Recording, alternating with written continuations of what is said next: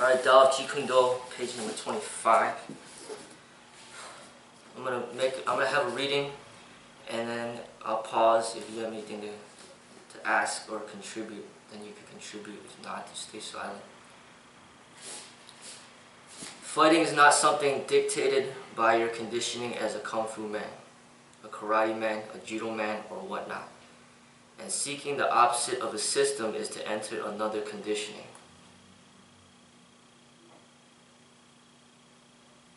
What does that mean?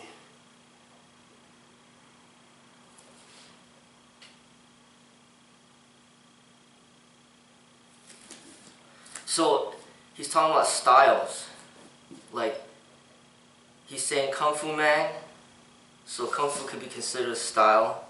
A karate man, which is like somebody from Japan, so kung fu is like China. A Chinese man, karate man is like Japan, judo man, Japan, or whatnot. So when he says whatnot, it means everything. Boxing, wrestling, now MMA. Didn't have MMA back in his time, but it's the same thing. It's all conditioning. When you condition to a certain way, like every style has their rules, their limitations. So he's saying that fighting is not something that should be dictated by that conditioning. But then he says seeking the opposite of a system is to enter another conditioning. So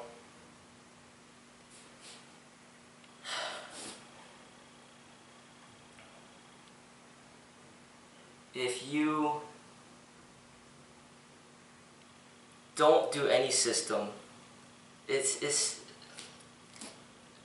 you don't do any system at all, he's saying that that's a conditioning as well. So he's saying don't do systems, but then don't not do systems either.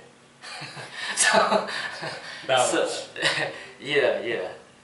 Like how you said, like a boxer doesn't really kick, or like kickers don't really punch. Yeah. So being well-rounded and not sticking to one specific conditioning. Yeah.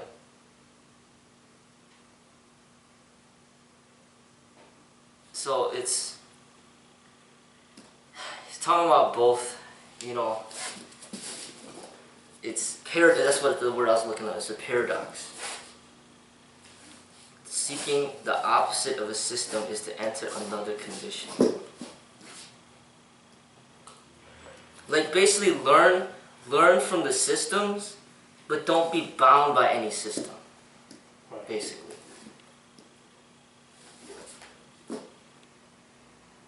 Okay, next one. A Jeet Kune man faces reality and not crystallization of form. The tool is a tool of formless form.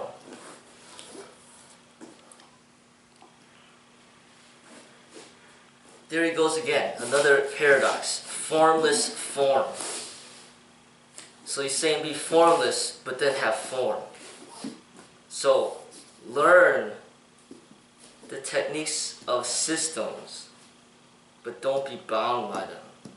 Remain formless, but then still learn from the form, but don't be bound by them.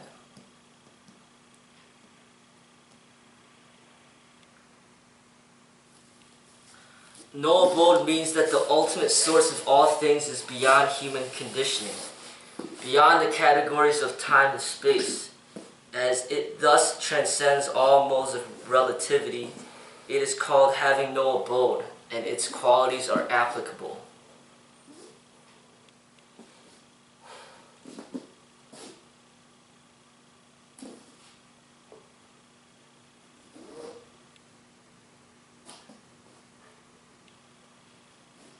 The fighter who has no abode is no more himself. He moves as a kind of automation, or automated. He has given himself up to an influence outside his everyday consciousness, which is not other than his own deeply buried unconscious, whose presence he was never hitherto aware of. Repeat that, please. A fighter who has no abode is no more himself. He moves as a kind of automaton. He has given himself up to an influence outside his everyday consciousness, which is not other than his own deeply buried unconscious, whose presence he was never hitherto aware of.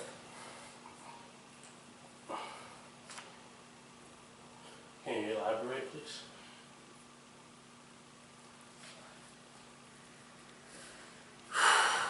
He gives up the ego, so he taps into his unconscious. So like, the ego is like that sense of yourself.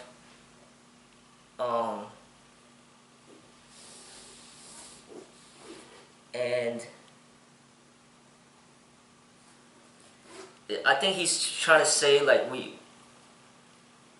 like our instinct to survive, how to fight, it's already in us. Like, it's buried in our unconscious. But the ego, the mind, prevents us from tapping into that unconscious, and then it clouds up what's natural. Kind of like an animal, like say a lion or an animal that's like one of the powerful animals. They just know what to do when they're in danger. Yeah. It's just natural. Like, we have that too. Like, it's just in us, but the mind, the ego, clouds it up and then freezes us. So, we gotta tap into that unconscious by getting rid of that ego, and then it's like we have this natural way of fighting or something. Gotcha. Next, expression is not developed through the practice of form, yet form is a part of expression. The greater expression is not found in the lesser expression, but the lesser is found within the greater. Having no form, then, does not mean having no form. Having no form involves from having form. No form is the higher individual expression. Do you get that one? That one's an important one. Having no form is the ultimate form, is what you're saying? Yeah. So it's not like being able to adapt, or having the ability to adapt to Yeah, that's part of it. any situation. Yeah. By not, again, confining yourself to one specific doctrine or form. Yes.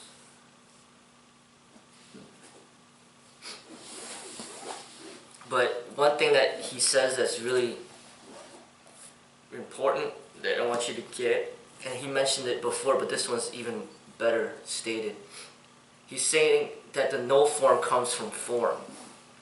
So form is like style. So like, imagine somebody that doesn't train in anything. Yeah. He has no form, but because he doesn't have, it's not the same as somebody who's trained, like say, in forms for 30 years and he drops forms and then he has no forms. You understand? Yeah. It's like somebody... So it's like being aware of it, but not, again, confining yourself to it. Yeah. Opposed to somebody who just doesn't train at all. He has no form, but then there's no science. Right. Yeah. So then it's like learning it, but don't be bound by it. Have no form, but that only comes after the training. It's like the difference between like somebody, say he got a PhD and then he burns it, he doesn't even use it, but he still went through the training. Yeah. Even though he doesn't like, he's not bound by it, he still went through the training. Opposed to somebody who just didn't go to school at all. He doesn't have a PhD either, but he didn't go through the training. He doesn't understand the science. Yeah. So that's really important, because when we learn the forms, you have to evolve beyond the form. But it doesn't mean to have no form, but it doesn't mean you shouldn't train at all. Right. And that you're going to be great just because you have no form. You know? So that one's a great one. I like that one. Next one. No cultivation does not really mean the absence of any kind of cultivation. What it signifies is a cultivation by means of non-cultivation. To practice cultivation through cultivation is to act with conscious mind. That is to say, to practice assertive activity.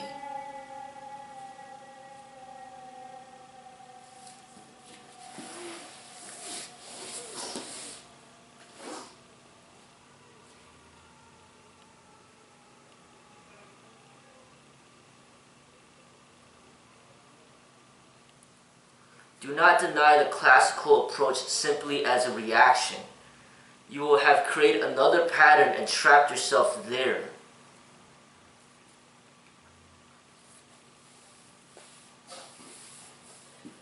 Do not do what? Do not deny the classical approach simply as a reaction, for you will have created another pattern and trapped yourself there. What is classical approach? He's talking about like traditional styles that like where you might deem as ineffective, like just those traditional forms that might have been created like hundreds of thousands of years ago, that when you look at it you'd be like, man, that stuff doesn't work or something like that, you know? It's not like modern. Modern is more like boxing where they're sparring a lot. Yeah. Classical approaches, they might do a lot of forms and demos like that, and it's traditional. It's like they're passing on a tradition. So by not doing the classical approach, you trap yourself? He says, do not deny the classical approach simply as a reaction. Oh. So, what I feel he's saying is that when Bruce Lee is denying it through all his experiences, it's different. It's from a scientific approach. But if you don't study combat and you just discount it as ineffective and you don't even know anything about it, then you're reacting. If you just basically take Bruce Lee's experience and be like, oh, you know, because he doesn't agree, I won't agree either. If you're reacting to it, Yeah. you don't really know, but you just assume. Then he's saying you're trapping yourself in another pattern. You know, like you're gonna be stuck.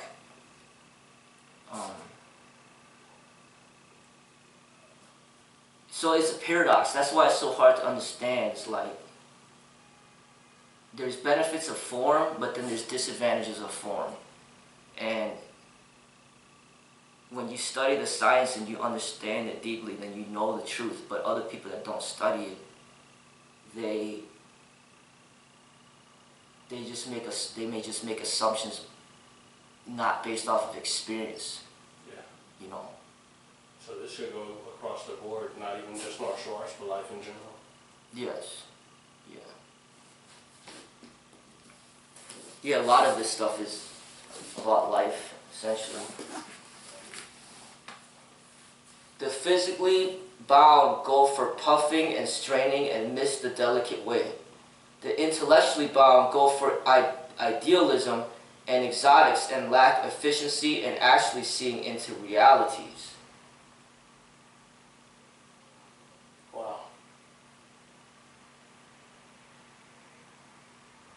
That gets me to think a little bit about you when you're working on the wooden dummy. Sometimes you go a little too hard on it and you're using too much force when it's not necessary. There's parts of the form where you gotta learn to make it softer, make it more delicate, so you don't have to waste energy. Like you have athleticism, but you don't need to use it when you don't need to, right? The wooden dummy kind of teaches you to kind of integrate delicate, soft movements, because you're already naturally strong. So you integrate the delicate, soft movements, then that's how you're gonna reach your potential.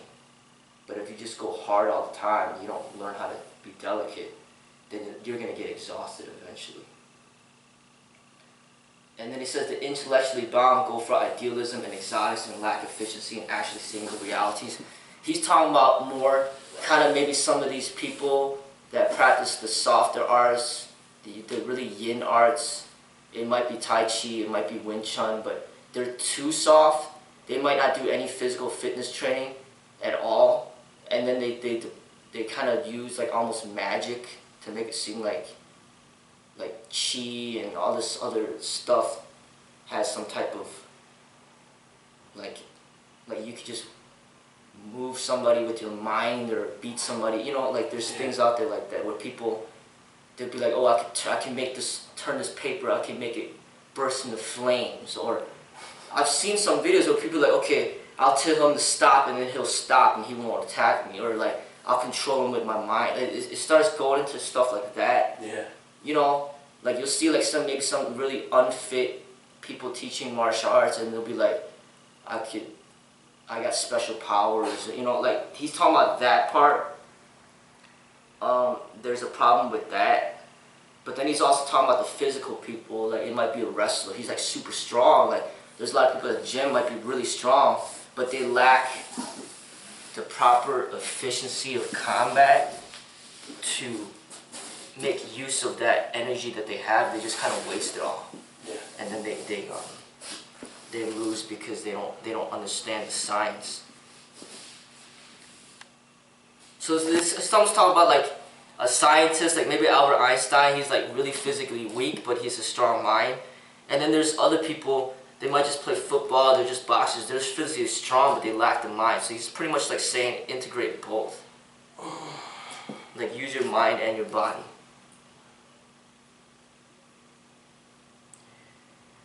Next, many martial artists likes something different, not knowing the truth and the way is exhibited in the simple everyday movements, because it is here they miss it. If there is any secret, it is missed by seeking. If there is any secret, it is missed by seeking? Yes. So you don't seek it, or? Yeah. This is an important one too. So try to understand this one. It says many martial artists like something different. So combat is very simple and efficient. Just think about guns, like how simple it is. You just pull a trigger, boom, somebody's dead, right? Yeah. It doesn't really get more simple than that. It's not complex. So if it's not a gun, you don't got a gun, then you might have a knife. You just stab somebody, boom, simple. If it's not a knife, then it might be a baton. You just hit somebody in the head, boom, simple. Okay, you take away the weapons, now it's combat. It's really simple. Like, it just might be a jab, it might be a cross, it might be a front kick, it might be a side kick. It's just something simple, right? So, if you try to seek more complexity, and you just want to make it different, kind of like because you're getting bored or something, well, I don't want to do the same thing over and over again, and you start doing like all these jump kicks and spinning punches and all this stuff that should complicate things, then you're going further away from what's efficient, you know? Yeah. It's different from fitness. Like say when we're doing fitness, we're doing bench press, we're doing push-ups, we're doing squats, we're doing lunges. In fitness, it's good to have variety. It's really good. But in combat, it's not good to have too much because combat is simple, you know? And if you stick to one simple, then you remain scientific. But if you get into thousands of techniques, all these complex ways of doing things, then you're going further away from what's reality. He's saying, not knowing the truth and the way is exhibited in simple everyday movements. So he's saying what you naturally know in your body, that you do every day, that is where the truth is. It's right, it's already in you. So you say if there's any secret, it's missed by seeking. So the secret is right in front of your face. It's not something that you have to look outside of yourself for. So he's saying if you look outside for something, you know, for the secret, you're not going to find it because it's already, you already have it. It's very simple, you know.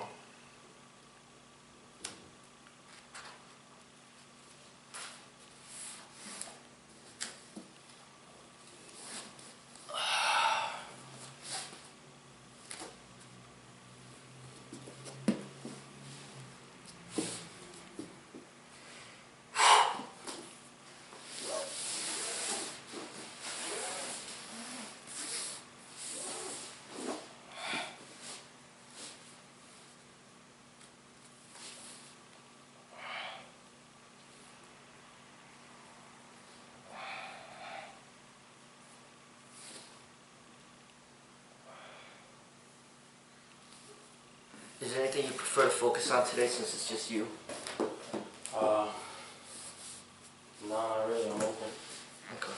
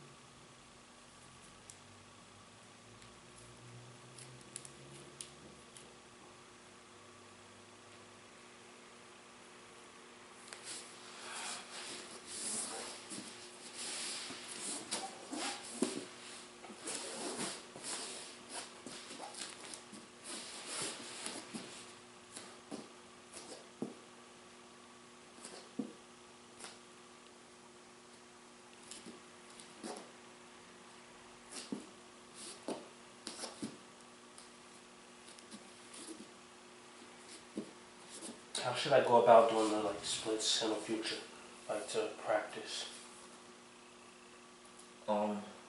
Everything that we're doing in here, you have to do at home and focus a lot on this stretch, like sitting down like this, and you're gonna hold this for like a really long time. Make sure that you feel it, like don't just go easy with it, you gotta kind of push yourself. Because we kind of run through the stretches, but you're supposed to hold this, especially this stretch, like really long. But I stretch every day for about 30 minutes or an hour, and I'm considered, I could do it, but I'm considered pretty flexible, but even I have to do it every single day, And when we do all those leg exercises, like the squats and all that, that makes it even harder to be more flexible, because to get flexibility and strength is really difficult. But if you didn't do any leg exercise, it might be easier to get flexible. But you have to just stretch a lot. And you gotta have the time and the motivation to do it. You could do it. I've seen some people progress a lot in the splits, but you have to put the effort, Yeah.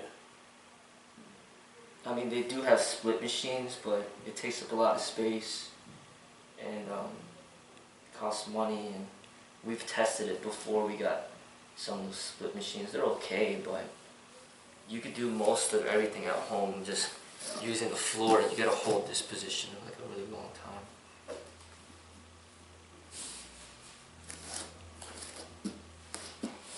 Do you feel yourself getting a little more flexible at least? Yeah, hell yeah. Good.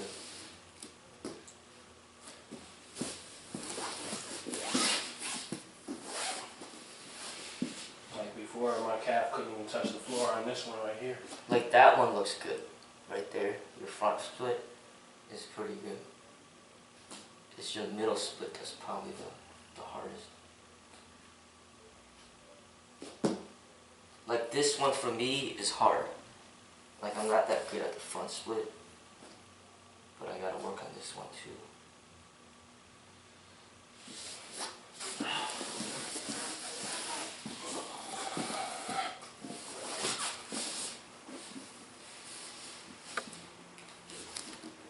And then even if you're not gonna do the stretching, when you do a lot of kicks and you just keep kicking high, then that helps too. Like if we're working the wooden dummy, you work those kicks, focus on trying to kick higher.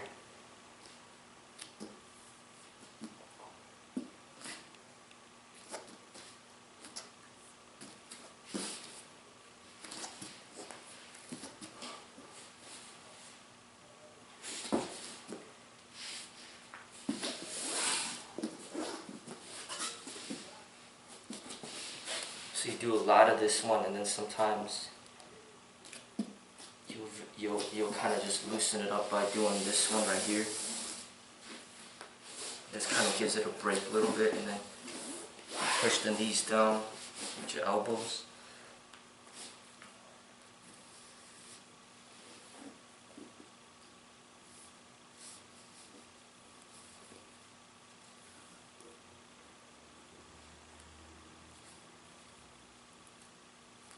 Like there's certain stretches you should try to, like you're not going to get the splits right away, but you might be able to get this one all the way down, your knees all the way down, and that's a good sign.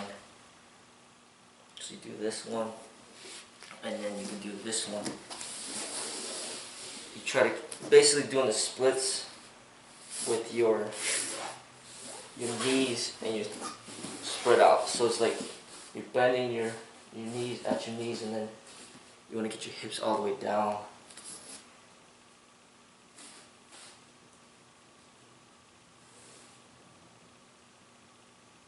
And then if you, from this position, you stick one leg out, you can kind of feel the stretch right there too. Like kind of get it straight out. Yeah.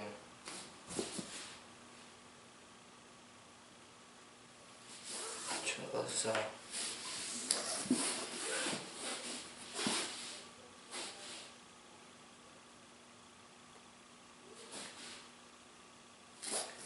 Do this one too, like turn it to the side like this.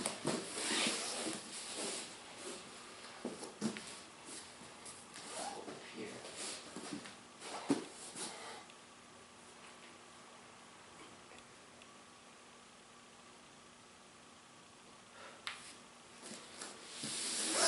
Other side.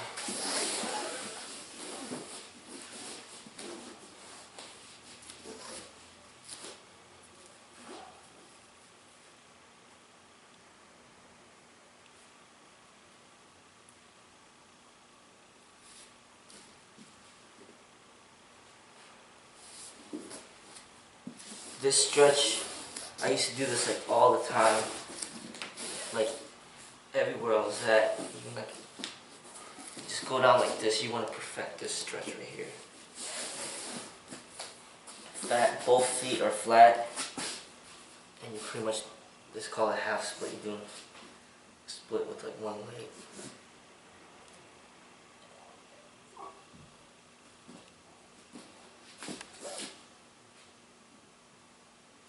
Switch.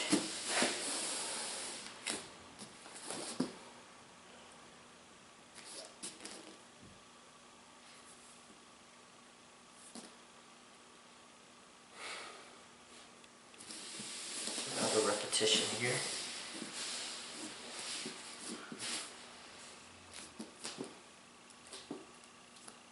So there's the instep that you go into. So instep is like the side of your foot. I think that one's harder. Yeah. Yeah. So you do that one, and then there's the one where you punch your toes up like this. This one's a little easier. Like that. Yeah.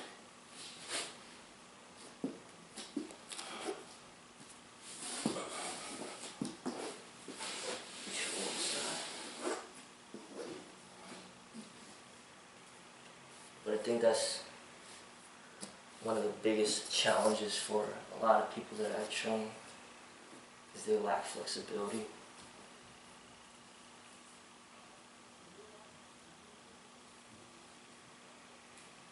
Come forward.